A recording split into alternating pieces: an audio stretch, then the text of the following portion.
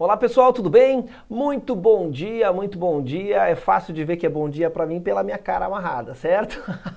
Cara amassada, olho pequeno, enfim, bastante trabalho porque muita vontade de ensinar pra você, certo? Muita vontade de te mostrar aulas bem legais como a aula de hoje, que vai ser uma aula quase toda feita aqui, ó. Eu e você, sem muito slide, nada disso. Aliás, hoje eu vou revolucionar a sua cabeça no inglês e no português, porque o que eu vou te ensinar hoje serve para o português também. A gente vai falar de voz passiva. Muito chato esse assunto. Pois é, era chato. Agora eu vou te mostrar como que isso fica facinho e como o conhecimento já está dentro de você. Mas se você for muito mal no português, daí prejudica a gente aqui também. É uma dinâmica muito parecida e vamos começar falando do seguinte. Qual a diferença? Qual a diferença entre voz passiva e voz ativa? Gente, presta atenção no nome. Eu venho no meu curso inteiro falando isso. O nome da estrutura tem a ver com aquilo que ela se dispõe a fazer. É muito lógico, né? Então vamos lá. Voz ativa, tem dentro do nome a palavra ativa, é quando você tem um sujeito da frase, lembrando que lá no começo do curso a gente viu que sujeito é aquele ou aquilo. O sujeito não é só uma pessoa, não. Sujeito é aquele ou aquilo que faz a ação do verbo. Então, ó, fazer ativamente. Voz ativa. Então, voz ativa é aquela frase na qual você tem um sujeito fazendo a ação do verbo. Agora, voz passiva, né? O que é uma passividade diante de uma situação? É você não fazer nada. Passividade. Então, voz passiva é quando o sujeito, você não tem um sujeito, né? Fazendo a ação ativamente numa frase. É mais fácil dando exemplo. Então, dá uma olhada aqui, ó. Vamos pegar uma frase qualquer. Eu gosto muito da frase que eu falo em sala de aula, quando é aula presencial, do Leonardo da Vinci, né?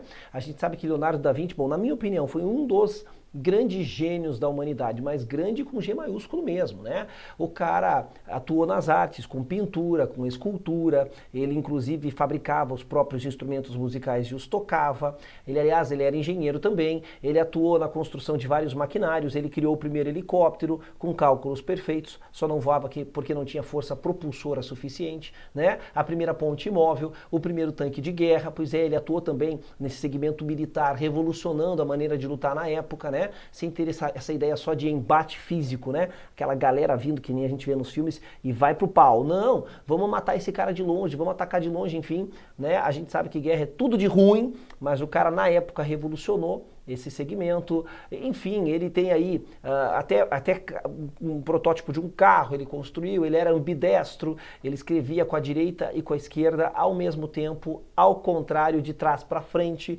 Então, para você ler os manuscritos do cara, você tem que colocar na frente de um espelho e ler lá no espelho. Olha que loucura, né? Além dele ter feito vários rascunhos, por exemplo, são mais de 300 rascunhos de desenho à mão livre do corpo humano, né? Ele fazia dissecação de animais enfim, e ele fazia ali desenhos dessa parte médica, por exemplo, né? Desenhos de partes do corpo humano que eram tidos como obras de arte, de tão perfeitos. Enfim, o cara atuou. Cara, dá uma pesquisada no Leonardo da Vinci, né? Que tem um nome engraçado porque a gente acha que da Vinci é sobrenome, e não é. Ah, então o que é? Vá lá pesquisar que eu vou deixar um pouquinho você na curiosidade. Mas o fato é que, vamos pegar essa frase que a gente sabe, todo mundo sabe que Leonardo da Vinci pintou a Mona Lisa. A gente inclusive tem essa ideia de que a Mona Lisa é um quadro muito grande e tal, né? Aí quando você vai visitar a Mona Lisa lá, é um quadrinho pequenininho de 70 centímetros por 30. Eu mesmo lá na National Gallery de Londres eu vi quadros muito maiores. Muitos maiores, assim, maiores, cara, maiores sei lá, que outdoors aqui no Brasil. Quadros maiores do que outdoors. Mas vamos lá. Aí eu tenho a seguinte frase para você entender o que é voz passiva. Vamos entender da maneira mais simples. Hoje eu vou eliminar o vocabulário rebuscado, o vocabulário difícil desse conteúdo. Ó, voz passiva é uma mera inversão. Pega os elementos da frase, que a gente já conhece, sujeito e objeto, e inverte de posição. Só isso, cara. É muito fácil. Então, quando eu digo Leonardo da Vinci pintou a Mona Lisa, eu tenho o sujeito, Leonardo da Vinci, porque fez a ação do verbo, ele pintou. E eu tenho a Mona Lisa, que é o nome da obra, que é objeto da frase, não porque é um quadro, mas é objeto porque sofreu a ação do verbo, sofreu a ação de ser pintada. Então, quando eu digo Leonardo da Vinci pintou a Mona Lisa, eu estou mostrando o sujeito da frase, né? E ele vem na frente de maneira ativa fazendo a ação do verbo. Aí se eu simplesmente inverto Leonardo da Vinci com Mona Lisa, como é que fica? Ó, Leonardo da Vinci pintou a Mona Lisa. Inverti, a Mona Lisa foi pintada por Leonardo da Vinci. É claro que eu tenho que usar o mesmo tempo verbal. Se eu falei pintou, então a obra foi pintada, para a gente manter o tempo verbal, mantém esse raciocínio na aula inteira. E é isso que é a voz passiva, uma simples inversão de elementos que serve para algumas coisas. Voz passiva serve ou simplesmente para você mudar o destaque, aquilo que você quer dar destaque. Quando existe uma coisa na sintaxe da língua inglesa que você deixa na frente da frase aquilo a que você quer dar destaque. Então, se eu deixo na frente da frase Leonardo da Vinci, é porque eu vou continuar no meu discurso ou no meu texto falando dele. Beleza. Agora, se eu coloco a obra Mona Lisa na frente da frase, é porque o foco está nela. Então, provavelmente, eu digo a Mona Lisa foi pintada por Leonardo da Vinci e continuo falando da obra. Essa é uma das finalidades da voz passiva, poder ter essa possibilidade de mudar o foco, aquilo a que eu quero dar atenção. Agora, outra possibilidade é quando eu não quero saber quem fez. A voz passiva é super útil para nós, no dia a dia, exercitarmos os nossos pequenos egoísmos. Porque a gente faz isso sem perceber. Que feio. Por exemplo, provavelmente você não quer saber quem lavou a tua roupa. Você quer ela lavada bonitinha no teu armário. Você não quer saber quem fez a comida. Você quer ela pronta na mesa na hora que você tem que comer, porque você tem horário para fazer as suas coisas. Não é verdade? Você não quer saber quem limpou a casa. Você quer que ela esteja limpa, porque ninguém gosta de chegar em casa e encontrar um monte de terra, por exemplo, barro no piso da sala. Ou seja, a gente tem esses pequenos egoísmos em que a gente não quer saber quem fez. A gente quer saber o que foi feito. Ou seja, a voz passiva serve para isso. Eu elimino o sujeito. Não quero saber quem fez. Por exemplo, eu digo para você assim, você fala, tio Rê, putz, eu vou sair aí com uma pessoa e, cara, não rola, né? Sair aí, pegar um busão, pá, não vai rolar. Tô sabendo que você empresta teu carro pra galera que vai bem na aula, cara. Pô, empresta teu carro aí. Daí eu falo, beleza, pode usar o meu carro. Inclusive, ele foi lavado. Ó, o carro foi lavado. Eu não disse quem lavou. Porque para você não interessa quem lavou. Interessa que você fala, opa, o tio Rê vai me emprestar a carroça dele, beleza. E aí eu falo para você, ó cara, pode usar, tá tranquilo, o carro foi lavado. Alguém aí diria para mim assim, ó, não vou usar. Se você não me disser quem lavou, eu não uso esse troço. Cara, com todo respeito a quem lava. Até porque no meu caso, eu lavo meu carro. Eu acho meio caro pagar para fazer um troço que é bacana, você põe uma musiquinha, fica lavando, pegando um sol, assim, não vai zoar com o meu falso bronze. Então o que acontece?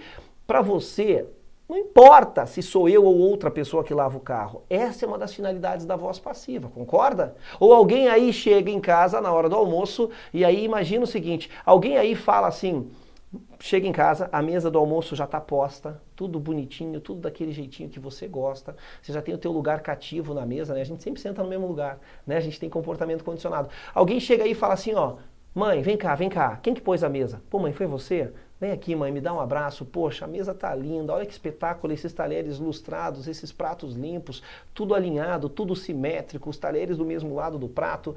Nossa, mãe, eu não mereço tanto capricho, obrigado, tenho certeza que a comida vai estar maravilhosa. Se você fizer isso, a tua mãe vai falar assim, ó, você tá estranho, rapá, você tá estranho, moleque, tu fez cagada, foi? Que é? Tá querendo dinheiro, então? Que é essa parada aí? Nunca elogiou? Pois é, cara, olha como a gente é ingrato, cara. A gente recebe o carinho todos os dias, você não quer saber quem fez. É um pequeno egoísmo, mas fazer o que? A gente deixa passar. É ou não é? Você não quer saber quem fez, você só quer que esteja pronto para você. E quando está pronto, você nem nota. Mas se você tem compromisso de tarde e a mesa está vazia, aí você vai falar, né? Ô mãe, escuta, cadê aqui? Ó, não vai ter rango nessa parada hoje? Eu tenho coisa para fazer. Pois é. Peguei na tua consciência agora, doeu, né, cara? Vai lá, trata bem quem cuida de você. Mas a voz passiva serve para isso. Ela serve, então, ora para eu inverter o foco da frase, ora para eu eliminar o sujeito, porque para um determinado discurso, eu não quero saber quem fez, eu só quero saber o que foi feito, está sendo feito, enfim, vamos trabalhar. E hoje eu vou te ensinar a voz passiva com 3 dedos. Aliás, já comecei a ensinar, né? Porque tudo isso que eu estou te falando é muito importante. Eu vou te ensinar a voz passiva com 3 dedos. E com 3 palavras, 3 regras. Hoje é o 3. 3 regrinhas, 3 palavras, 3 dedinhos, meus dedinhos, onde vão? E aí, cara, você vai destruir esse assunto daqui pra frente. Dá uma olhada. Bom, já deixei tudo pronto para nós aqui, mas vamos começar com o nosso slide. Voz passiva, the passive voice. Quando falamos a respeito de passive voice, estamos nos referindo a um tipo de construção de frases no qual trocamos a posição do sujeito com o objeto. Precisa explicar ainda? A gente está falando disso até agora. Tudo bem. Veja esse exemplo. John washes the car. Eu tenho um verbo no presente, eu sei que ele está no presente por causa da regra do S. John é ele, e com he, no presente, I work, you work, he, she, it works. I wash, lavar. You wash, he, she, it washes. Então, por isso, essa regra do S aqui. He washes the car. Eu tenho um sujeito fazendo a ação do verbo e eu tenho um objeto sofrendo a ação do verbo. O carro sofre a ação de ser lavado. Beleza, mas isso aqui é voz ativa por causa disso mesmo, por causa do sujeito. O que é voz passiva? Nada mais é do que eu inverter esses caras de lugar. Olha lá, olha que especial. Eu não sei se deu para ver direito, era para esse troço aqui ter ficado azul, né? Porque eu estou passando a frase aqui para voz passiva. Quem está na frente vai para trás e quem está atrás vem para frente. É isso, porque agora eu mudei o foco, né? Então eu digo, the car is washed by John. A frase que era John lava o carro, vai ficar o carro é lavado pelo John. Você nota que eu tinha um verbo aqui, eu passo a ter dois, isso será importante na sequência. Mas é bastante tranquilo, embora hajam algumas pessoas que não conseguem fazer voz passiva no português. Isso pode nos prejudicar aqui. Por isso que eu acho que essa aula aqui vai te ajudar no português também. Olha lá, vamos embora. Bom, a gente tem aqui as regras disso, e aí fala de voz ativa, de agente da passiva. Ah, não. Eu te prometi que a gente ia fazer um troço mais simples, então vamos lá. Começamos agora, a gente vai destruir esse assunto muito fácil. Tudo bem? Foco total, elimine tudo que tira a tua atenção. Quero que você decore uma frase, mas é uma frase com 3 palavras. Então vamos lá. Ele escreve livros.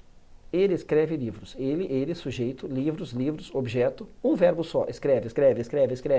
Muito fácil. O que é voz passiva mesmo? Voz passiva é uma simples inversão, não é? Então a partir desses 3 dedinhos, desta frase com 3 palavras, a gente vai criar aqui 3 regras. E nós vamos destruir voz passiva. É fácil, vem comigo. Ele escreve livros. Ele escreve livros. Beleza? O que eu tenho que fazer? Eu tenho que inverter o lugar do sujeito com o objeto. Então eu sempre faço isso a partir do verbo. A primeira coisa que você faz para você saber fazer uma frase da voz ativa e para a voz passiva, você acha o verbo principal. Bom, na minha frase aqui eu só tenho um, né? Ele escreve livros. Escreve, só tem um verbo. Pronto, achei ele. Vou travar ele aqui, ó. Ó, pá, travei. Segurei o cara aqui, ó. É em cima do verbo principal que a minha frase gira. Ó, quem está atrás vai passar para frente. Passou para frente. E aí fica assim, ó. Ele escreve livros, inverti a frase, livros são escritos. Livros são escritos. É isso que eu fiz. Tranquilo? Concorda que a voz passiva de ele escreve livros ficou livros são escritos. Por quê? Ele escreve, presente, escreve livros. É presente. Então livros, plural, são escritos. Beleza. Tá surtando, tio? Você já vai entender. Tô condicionando a tua mente. Primeira coisa que eu fiz foi achar o verbo principal. Bom, a gente falou de verbo principal no nosso curso inteiro, mas eu vou fazer um outro macete para você. Então, a primeira coisa que a gente vai fazer nas nossas frases, que eu já deixei prontas, é achar o verbo principal. Aqui todas as frases são parecidas de propósito. Todas têm o mesmo sujeito, Jane, todas falam do verbo clean, que é limpar, e todos falam de limpar a casa, the house. Eu só fiz isso por quê? Para que você não fique perdendo tempo entendendo a frase. Só que cada frase está num tempo verbal diferente que nós estudamos. No fim das contas, essa aula é uma baita de uma revisão. E aí eu vou marcar o verbo principal. Essa frase só tem um, essa frase só tem um, está no passado, essa frase tem 2. Pois é, mas o will é auxiliar do futuro. Então, quem é o verbo principal? É o último, tá?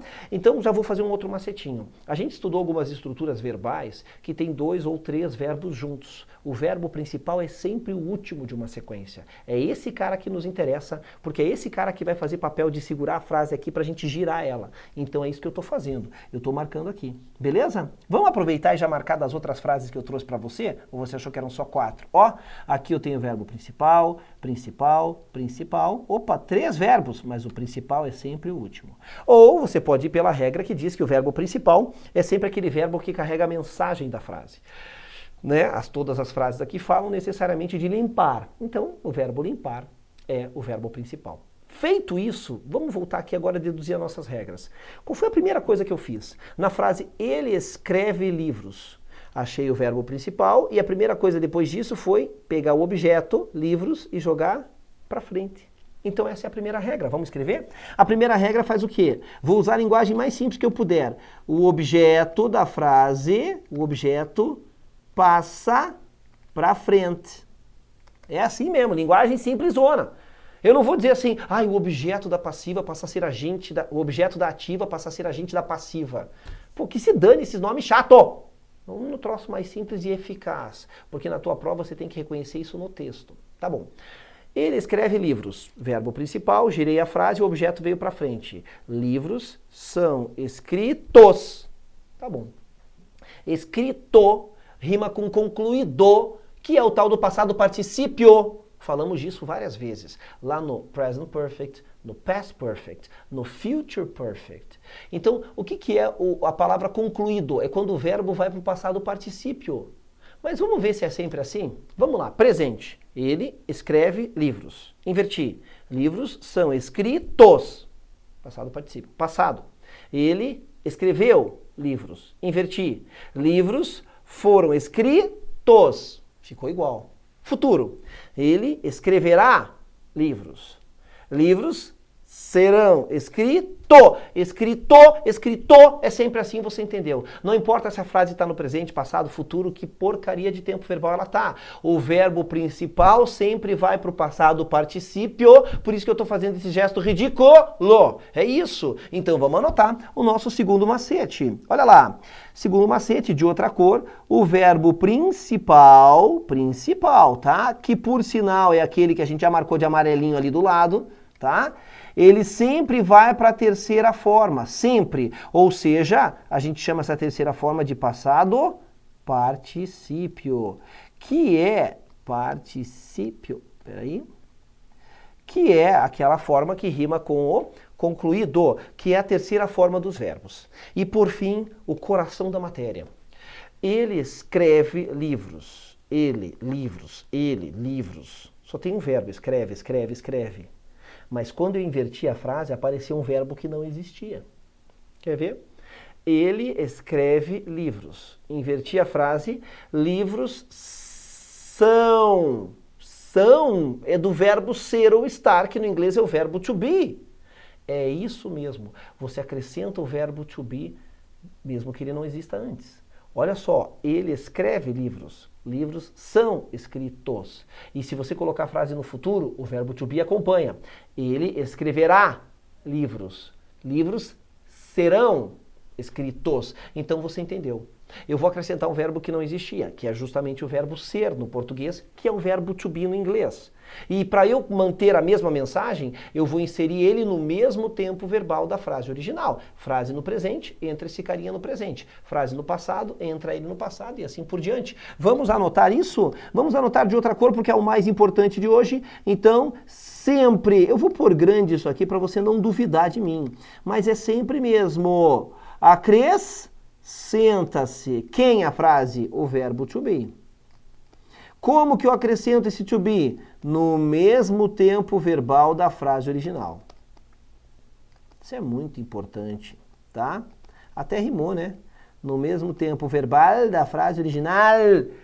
Pô, vamos fazer isso então? Vamos lá? Beleza. Olha só. Primeiro então deduzimos as regras, agora é só aplicar. Primeiro passo, achei o verbo principal, tá marcado de amarelo. Vou fazer o quê? Vou jogar o objeto para frente. Coincidentemente, eu fiz as frases parecidas de propósito para a gente não perder tempo. Os objetos são todos iguais. Objeto geralmente é quem sofre a ação do verbo. Então normalmente ele vem, normalmente não é sempre, ele vem depois do verbo. Bom, já que o macete serve para todas, já vou aplicar para todas as frases. Então tá aqui meu verbo principal. O objeto está aqui, the house. Macete número 1, o objeto passa para frente. Então já vou aplicar para todas as frases, concorda?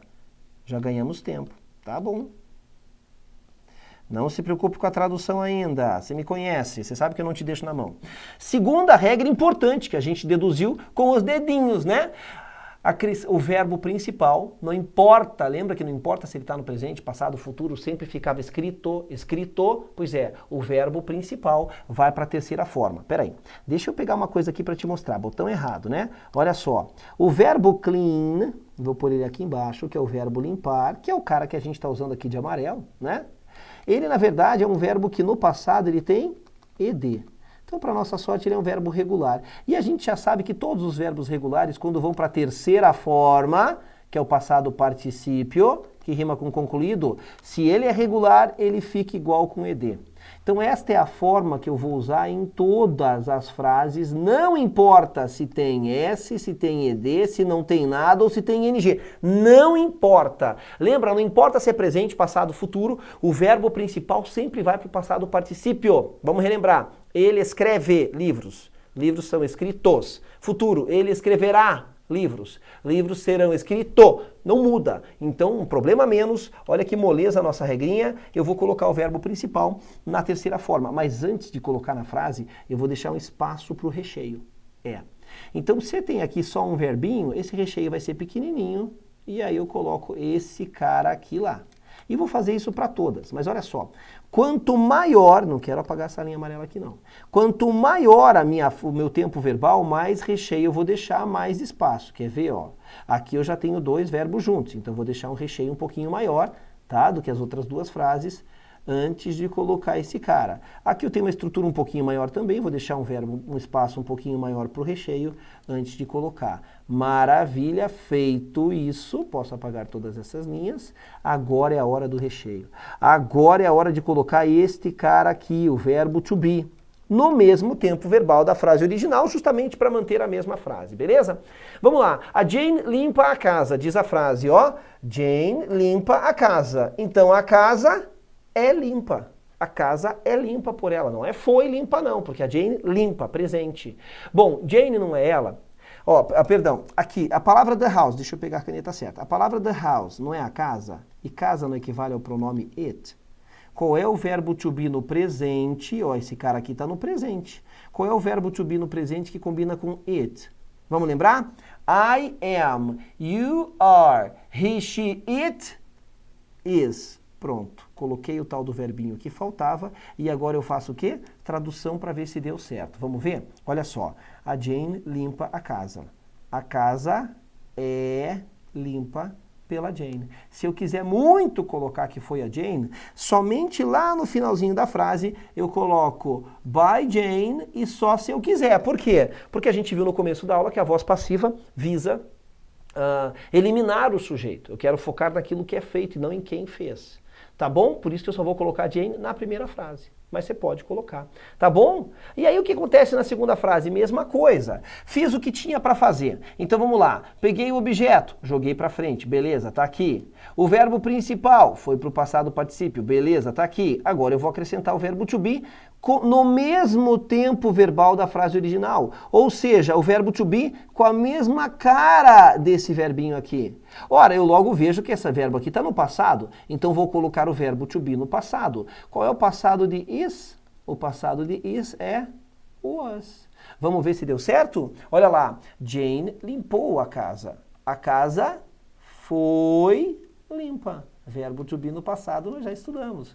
E você acredita que essas duas primeiras frases, a número 1 e a número 2, vou até fazer uma linha aqui, ó, são as mais difíceis de toda essa lista que eu trouxe para vocês?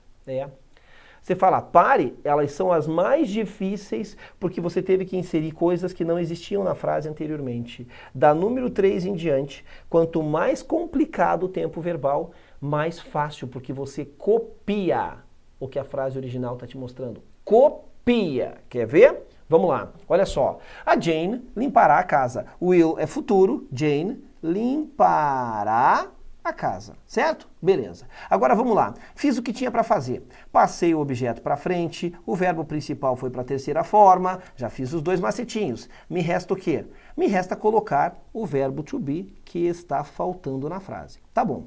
Agora o que acontece? Eu vou fazer o quê? Eu vou começar a copiar o que sobrou. Então eu vou copiar esse will aqui, ó. Só estou copiando depois de fazer o macete número 1 e 2. Aí eu ia colocar esse cara aqui, mas já usei ele. É nessa hora que você vai acrescentar no lugar dele o verbo to be, com a mesma cara dele. Bom, depois do will, eu nunca posso mexer no verbo que vem depois dele. Então eu vou colocar agora o verbo to be aqui do mesmo jeitinho. Depois do will, verbo sem mexer. Mas a frase original já está me mostrando que eu não mexo no verbo porque não mexeu no clean. Então eu vou colocar o verbo to be sem mexer nele. Sem mexer significa que ele não vai virar am, is, are. Não, é be mesmo. Be. Vamos ver se deu certo? Olha lá. Jane limpará a casa. A casa será limpa. The house will be cleaned. E a partir daqui você vai fazer isso. Olha o número 4, que moleza. Fiz o que tinha para fazer, objeto para frente, verbo principal na terceira forma. Começo a copiar o que faltou. Copiei o is. Vejo se combinou. The house combina com is, deixa assim. Aí você fala o quê, ó? O verbo principal chegou, já usei ele. Então é quando chego no verbo principal, é quando eu chego no carinha que eu grifei de amarelo, onde tudo começou, que eu coloco o verbo to be com a mesma cara dele. Não, tio Rê, mas já tem o to be aqui. É sempre, eu pus aqui sempre. Por que eu escrevi grande assim sempre? Para você não esquecer e não correr o risco de achar que não já tem um verbo to be na frase. Coloque outro. É aí que a galera erra no português. E coloque outro como? Seguindo o macetinho. Com a mesma, olha lá na frase, com a mesma cara do verbo principal. Então vou colocar o verbo to be com a mesma cara do verbo principal. Você está notando que a frase original está te dando cola? Vamos ver se deu certo isso? Ó, Jane está limpando a casa. A casa está sendo limpa. Lindo de morrer, por mais esquisito que possa parecer. Vai ficar parecido aqui no número 5. Olha lá, vamos fazer o que a gente já vinha fazendo na outra? Objeto passa para frente, não é assim? Então tá bom, então vamos lá. O objeto aqui continua sendo the house. As frases continuam sendo parecidas para a gente não perder tempo, então já vou mandar o objeto em todas, inclusive nesses monstros que eu criei aqui na 9 e na 10. Até a frase número 9 a gente estudou. A frase número 10 eu coloquei aqui um absurdo para você ver que o meu macete não falha. Quer se dar bem, se apegue no meu macete, que ele não falha. Então olha só, o que acontece? Primeiro macete resolvido. Segundo macete, esse de azul, o verbo principal, que é esse carinha que a gente marcou de amarelo, não importa a cara que ele tenha, vai para a terceira forma, que já está aqui embaixo a terceira forma. Bom, vamos lá então, ó. Já está marcado de amarelinho, só que quanto maior a estrutura, maior o recheio, lembra? Então eu já vou considerando o espaço. Eu acho que aqui eu vou precisar até um pouquinho de mais de espaço. Ó, outra estrutura mais ou menos grandinha. Essa aqui também mais ou menos. Opa, aqui ficou tenso, né? São 3 verbos juntos. Vou deixar um espação para o recheio mesmo que sobre. E já vamos fazer para essa daqui, ó. Outra vez, 3 verbos juntos. A gente estudou isso, é o Future Perfect. E aí, para arrebentar, eu venho com essa bronca aqui que você nunca viu. 4 verbos juntos. Senhor, vou deixar esse cara bem lá atrás, porque vai ter muito recheio para completar aqui. Tá bom? Vamos embora então? Vamos voltar? Olha só, agora a última etapa é fazer o quê? É copiar o que sobrou e colocar o verbo to be com a mesma cara do verbo principal. Com o mesmo jeitinho que ele está ali, ou seja, no mesmo tempo verbal. Então, facciamo insieme, va bene? Olha só, começa a copiar o que sobrou. Copiei o was. Ia copiar esse cara, mas já usei ele. Opa, então cheguei naquele que eu vou colocar o verbo to be. E vou colocar o to be com a mesma carinha dele. Ah, mas já tenho to be. Não vai me fazer surtar de novo com esse sempre aqui, né? É sempre. Então não importa se já tem um. Eu vou colocar outro em outro tempo verbal. Eu vou colocar outro com a mesma carinha da frase original. Coloco o verbo to be com a mesma carinha. Vamos ver se deu certo? A Jane estava limpando a casa. Past continuous. Então, a casa estava sendo limpa. Lindo demais. Olha de baixo. Muito fácil, verbo modal. Eu copio should. E como depois do should eu nunca mexo no verbo, esse clean está aqui sem ser mexido. Já usei ele, vou colocar agora o to be com a mesma carinha dele. Ou seja, o to be sem ser mexido. E o to be sem ser mexido é be mesmo. Vamos ver se deu certo? Vamos ver? Olha só, a frase original diz, a Jane deveria limpar a casa. Então a casa deveria ser limpa. Lindo demais, meu Deus, a gente manja muito. Olha a próxima, vamos lá. Vamos embalando agora. Copio o que sobrou, fiz o que tinha para fazer, copio o had. Opa, o had é o past perfect. Ele faz com que esse carinha aqui vá para a terceira forma. Esse verbo cleaned aqui, ó, ele está no passado particípio. Ele está nessa forma aqui, ó. Então eu vou ter que colocar agora o verbo to be aqui no lugar dele, ó, porque ele já foi usado. Agora o verbo to be entra com a mesma carinha dele. Ou seja, o verbo to be também vai ter que estar na terceira forma. Como é que é a terceira forma do verbo to be? Vamos relembrar? Verbo to be no presente. I am, you are, he, she, it, is. Verbo to be no passado. I am, I was, you are, you were, he, she, it, is, he, she, it, was. Verbo to be na terceira forma. Eu falei lá atrás para você decorar. A gente ia precisar. Tá aqui, ó. Pronto. Agora eu sei. Lembra que eu te falei que iria diminuindo? 3, 2, 1? Pois é. Então aqui eu vou usar o been. Olha que lindo. E vai ficar como? Vai ficar Jane tinha limpado a casa. A casa tinha sido limpa. Demais. Agora começa aqui, ó. Você começa a ver que quanto maior a frase, mais fácil. Na de baixo, vou copiar o que sobrou. Copiei o will. Copiei o be. Opa, cheguei nesse cara. Eu ia copiar, mas eu já usei ele. Então agora eu vou colocar o verbo to be com a mesma carinha dele. Mas já tem um aqui. Vai me fazer surtar de novo? Eu te falei que sempre acrescenta o verbo to be, não importa se já tenha um na frase. Não importa se já tem o be ali. Pô, tio Rê, mas se eu colocar outro to be com essa cara aqui, ó, vai ficar being. Ó que esquisitão. Will be being, que já cu é will be being mesmo. É will be being, cara. Olha só, vamos traduzir. A Jane, o verbo to be não é ser ou estar? Então, ó, no futuro, estará limpando a casa. Então, a casa, ó, estará sendo limpa. É isso, cara. Olha que barato. Quer ver como dá certo em todos os casos? Vamos fazer essas duas aqui, ó. Olha isso. Copiei agora o que está sobrando. Estou copiando. Copiei.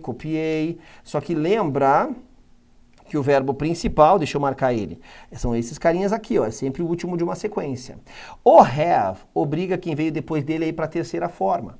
Então, o verbo to be vai ter que ir para a tal da terceira forma. Então, aqui ele vai ficar been, para ele seguir o mesmo padrão do que aconteceu com o principal.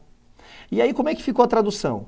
A Jane, ó, o verbo have é ter, que com will vai no futuro. Então, isso aqui fica terá. A Jane terá limpado a casa. Então, a casa terá sido limpa. Meu Deus, que massa! E aí nasce esse monstro que com certeza, você não vai ouvir ninguém falando isso. E muito menos ainda a voz passiva. Mas eu só quero te provar que meu macete é infalível. Com 3 dedinhos, com 3 regrinhas, com uma frase, com 3 palavrinhas, você destrói o que vier pela frente. Pode bater com os dois lados da mão, rapá. Então o que acontece? Olha aqui, ó. Vamos fazer o que a gente fez, tá? Primeira regra, qual era? Vamos pegar uma outra cor aqui só pra gente analisar. A primeira regra dizia que eu pego o objeto e passo pra frente. Beleza? Já fiz. Segunda regra, eu tenho 1, 2, 3, 4 verbos, mas a gente sabe que o principal mesmo é o último. O verbo principal vai para o passado particípio. Beleza, já fiz isso. Aí a terceira e mais importante regra é acrescentar o verbo to be, mas eu não posso ignorar aquilo que está sobrando na frase. Então eu começo a copiar. Tô copiando, falei que a frase ia ficar grande, cheguei no verbo principal. Quando eu ia copiar ele, eu falo, opa, já está sendo usado aqui, chegou a hora de colocar o verbo to be. Ah, mas já tem, não. Não vou nem responder. Aí o que acontece? Olha só, aqui eu tenho o ing. Eu vou colocar o verbo to be com a mesma carinha. Quando eu digo lá atrás que o verbo to be entra no mesmo tempo verbal da frase original, é a mesma coisa que dizer que é com a mesma carinha. Então eu vou colocar o verbo to be com a mesma carinha. Nasce a única frase do curso inteiro, em que você vai ter 1, 2, 3, 4, 5 verbos juntos. E aí, você consegue traduzir esse trem? Consegue traduzir? Ninguém falaria nem ela na forma ativa, quanto mais na forma passiva, mas existe. E a prova está aqui para você, ó. A Jane terá estado limpando a casa. Imagina que eu digo assim, nossa, até o final do dia, a Jane terá estado limpando a casa há 8 horas ininterruptas. Então é o mesmo que dizer que, olha que absurdo, a casa terá estado sendo limpa há 8 horas ininterruptas. Ah, esquisitão sim, mas veja a miséria que a gente consegue fazer com essas regrinhas que eu mostrei para você. Ou você prefere isso aqui, ó, as regras normais? Leia comigo. Passive voice, a form, né, a estrutura, diz o seguinte: para transformarmos uma frase em voz passiva, devemos obedecer aos seguintes princípios. O objeto da voz ativa passa a ser o sujeito da voz passiva e o sujeito da voz ativa passa a ser agente da passiva na voz passiva. O verbo to be é usado no mesmo tempo verbal em que o verbo principal se encontra na voz ativa e o verbo principal assume sua forma do particípio passado, ou seja, a terceira forma do passado dos verbos, chamada comumente de terceira coluna. E se o sujeito da ativa for particularizado, ou seja, determinado, ele será mantido como agente da passiva. Hã? Pois é, concordo com você. Tá louco, velho? Você vai ficar decorando isso aqui? Você vai ficar... Meu, não que isso não esteja correto. Essa é a regra que os livros trazem. Eu prefiro os dedinhos, que você deduz a regra e nunca mais depende de decoreba. Não, cara, você vai pelo bom senso, pela bagagem que você já tem. É claro que vale lembrar o seguinte: a ideia da voz passiva às vezes é eliminar o sujeito, mas quando eu falo de ali, que nem ele falou na letra E, né? Um sujeito for particularizado, ou seja, quando alguém é importante, eu não posso tirar da frase. Eu não posso dizer, por exemplo, o telefone foi inventado. Tá, a frase está incompleta, eu tenho que dizer quem fez, daí eu tenho que dizer o nome do cara. O telefone foi inventado por Graham Bell. Eu não posso dizer, a luz foi inventada. Não, eu tenho que terminar a frase. Eu sei que ela foi inventada, eu estou vendo ela aqui. A luz foi inventada por Thomas Edison, né? A penicilina foi descoberta acidentalmente por Alexander Fleming. E assim sucessivamente. O avião foi inventado por Santos Dumont, embora os franceses achem que foram os irmãos Wright, e a briga é muito feia, enfim, assim por diante. Então, quando o sujeito é particularizado, ou seja, especial, daí você não tira ele da frase, senão a frase perde sentido. É isso, espero que você tenha gostado. Nos vemos na nossa próxima aula para alguns assuntos mais rebuscados. Esse finalzinho do curso é pesado mesmo. I see you. Bye!